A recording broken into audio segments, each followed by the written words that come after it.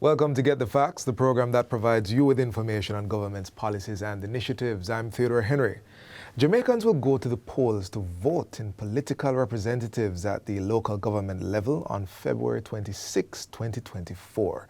For the next few minutes, we will tell you about the procedure and the management of the electoral process and the status of the various components of our free and fair electoral system.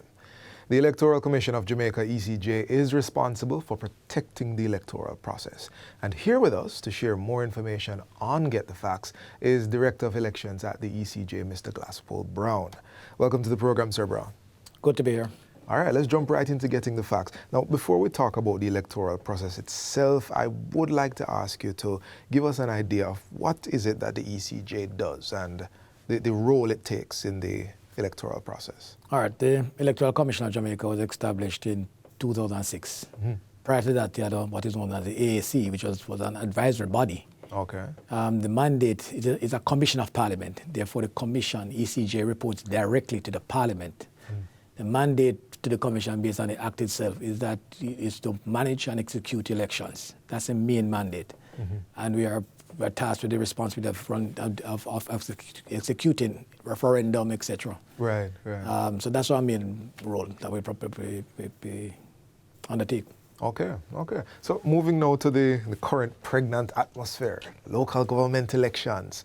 I want a big picture of how it looks on the ground. How many registered voters we have right now? On the current voters list, we have approximately 2.1 electors registered. Yeah. The process, we do continuous registration. Therefore, an individual can walk into our constituency office any day, right, and get registered. Okay. The process takes some time because we have to undergo the process of residency verification. Right, right. So we are tasked with that. So it's done on a continuous basis. So we have roughly 70 plus offices across the island, a wide network of offices across the island. Okay, okay. So 2.1 million, you had said? 2.1 million. Right. Registered voters. Registered voters. And candidates vying for the elections and the constituencies, how does that look? We have a number? Right. In terms of the upcoming local government election, 499 persons have been nominated. All right. Out of that, you have a third party is not part of the process. Okay. That is the UIC. So you have now the JLP, the PMP, and the UIC. UIC. And there's approximately 37 independent candidates sought to be nominated.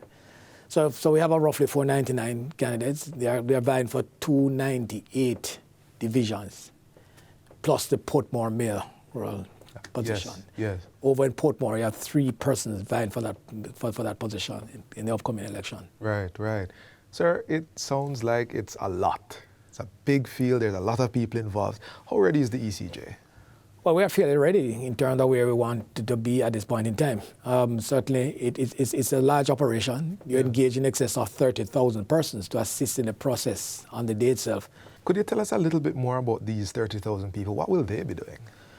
The 36 is made up of the police, the army, the soldiers, and the election day workers. Okay. So the JCF and the JDF will more be providing security, right, and assist us in the process of crowd control, etc. Yeah, people management. Right, people management on the outside. And then the other individuals, the election day workers, that is made up of the poll clerks, the presiding officers, and the supervisors, and the other person, logistics coordinators, the cleaners, etc., etc. So within the polling station itself, there's a small team there. The presiding officers, the poll clerks are the main persons, plus the representatives of the different agents of the candidates. Right. So the poll clerks now and the presiding officer now undertake the whole process in guiding the electors or the voters in terms of the process. Right. So they issue the necessary instruction, issue the ballots, etc., and carry them through the process in terms of to the point of casting your ballot, and then returning the ballot to them after having gone behind the voting booth, and then drop that ballot in the voting box. So the whole process, start to finish, we have people helping out there. That's correct. This 36,000, how many polling stations are we talking about? We're looking at approximately, and the exact figure is 6,726 polling stations across the island. Okay. will be in operation on the day, on the 26th of February. On the day itself, the 26th, how is the voting public expected to conduct themselves? All right, we expect you to obey our instructions, and the instruction that comes from our officers. What we'd like to say to the public first, before you even come to the polling station, Yes. you need to determine and ensure that you know exactly where your polling station is located. And how do I do that? You could do that by, one, you could call our offices, any of our 70 offices across the island, or you could call our main office at Duke Street, Yes. or you could go on our website, which is www.ecj.com.jm. Okay. And you'll get all information. Just follow the instruction when you log on to our website, and then they'll carry through the process and guide you and tell you exactly where your voting polling station is.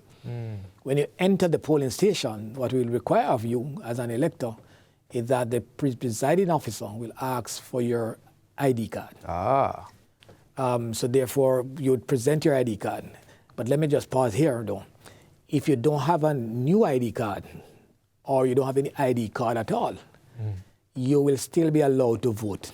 Yes. As long as you're on the voters list. Oh. As long as your name appears on the voters list, you will be allowed to cast your ballot. But there might It's be... your right to do so. But it might take a bit more time for you to be verified as such. Correct. In other words, if you don't have your voter's ID card, the presiding officer will go through a process. In other words, we have the mechanism within the polling station to identify you.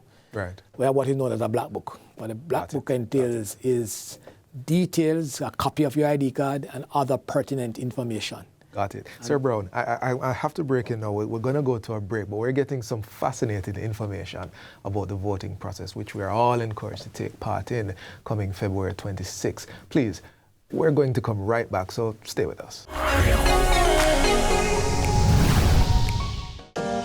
Did you know you can vote without your new voter ID card? Once you're registered to vote, that is, your name is on the voters list, you can vote in the upcoming local government election. If you don't have your new ID card, simply go to your polling station on election day and our trained election day workers will assist you. This message is brought to you by the Electoral Office of Jamaica.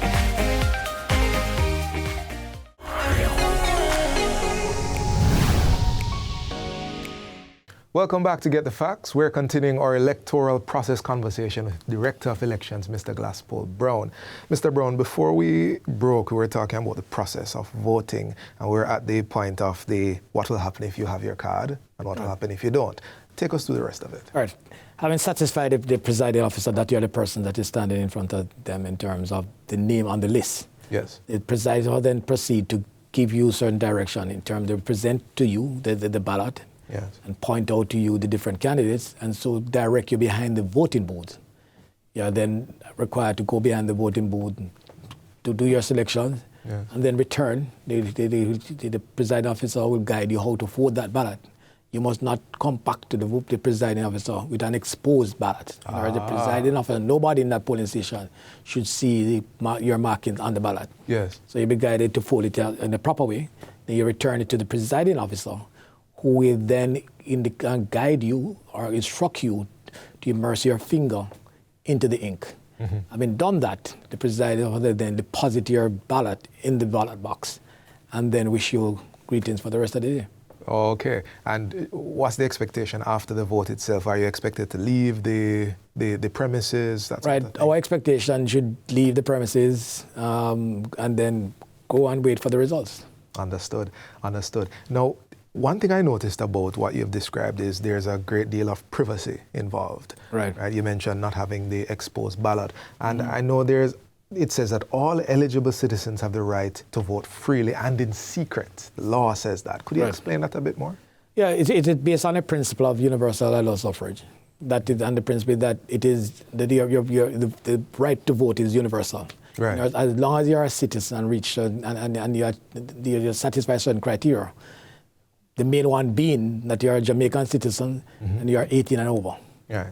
Then you have a right to so cast your thing. And it has to be done in secret, and it is not, and your right to vote is not transferable to anybody. And therefore, the process requires that the process be done personally and in secret. So I as a perhaps an elderly person, I can't send my grandson with my ID to go vote for me. If you have certain disability, the grandson or the friend can assist you, but you have to be there. Personally. Right. You mentioned universal adult suffrage. I understand there are about 6 principles. You gave us 2 a while ago. Yeah, there are roughly 6 principles. The vote is free, the vote is secret, it's not transferable, and it's universal. Belongs to everybody. They encompass all of those. Okay. So election day is still a work day, as we had discussed, and the workers are entitled for time to go off and cast their vote, right? Right. And I want to stress this point in the sense that every elector is so granted by the law a time period of 3 hours to cast their ballot. 3 hours? 3 hours. Okay. However, there's some proviso there in the sense that if your shift starts at 10 o'clock, 10 a.m. that is, you have no right to those 3 hours. In other words, it's assumed that between 7 and 10, you would have gone and cast your ballot. If your shift ends or starts at 2 p.m., you'll not be entitled to that 3 hours. Because you assume that if it ends at 2, therefore you have a timeline of 2 to 5, 3 hours span to get it. But by law, and it is clear in the regulation of ROPA, that employers are expected, are required to allow their employees, whoever want to go and cast their ballot, they are entitled to a 3 hours break to go and do so. Indeed. So as we give this information to the employers, and I had wanted to ask about the training of the election day workers as well, because all of this is a system that has to work and like a well-oiled machine. Yes. Right. Well, we do carry our workers through extensive training.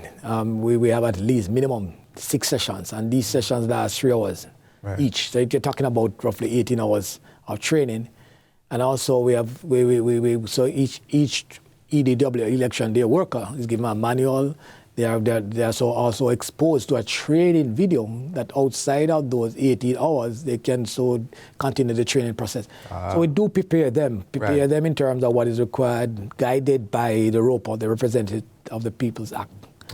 So the public can be confident that those that are serving them are well knowledgeable and able to guide them. As per the electoral laws, yes. Okay, we're almost at the end of this discussion, but I want to talk about the idea of the merging of the Political Ombudsman Office into the ECJ. Give us some details about that. Just a brief comment, in the sense that, I guess when you do good work, you also reward with additional work. Yes. So in recent times, the Commission has been asked to take on additional role. One role that was given to the Commission recently is the Commission is now the inspectorate for NIRA. NIRA being the entity that will now govern the operation of the NIDS. Right. So the Commission has been recently appointed the inspectorate in terms of they are now the National Identification Registration Inspectorate. The management of that inspectorate are the commissioners of the Electoral Commission of Jamaica. So the ombudsman, we have been given that task. It's new in terms of we are trying to put the necessary things in place to get it up and running.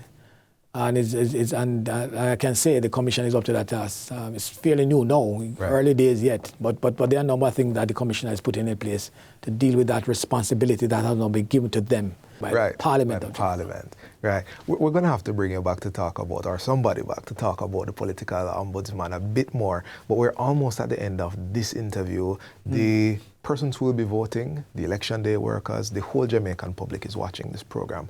Could you take a few seconds and give them your final word? My final word is basically to urge everybody to be a part of the process. We have spent a lot of money, time, and work in putting the process together. And therefore, when we prepare for an election, we prepare for 100% turnout. So whenever the turnout is low, it means that a considerable amount of resources and money, etc., would have been wasted. And therefore, we urge persons to be a part of the process. It is your right to vote on election day, and we urge you to come out on the 26th and cast your ballot. We will ensure from Electoral Commission end to put everything in place to make it be safe and secure for you on that day. and to freely exercise your right to vote in secret. Thank you, Mr. Brown, so much for joining us on Get the Facts. Remember to visit the ECJ website, ecj.gov.jm, for more information. As he had stated, you do need to know where you need to go. That's a great point to start. This has been Get the Facts. Our guest has been the Director of Elections, Mr. Glasspool Brown. Thank you for watching, and until next time, I'm Theodore Henry. Take good care.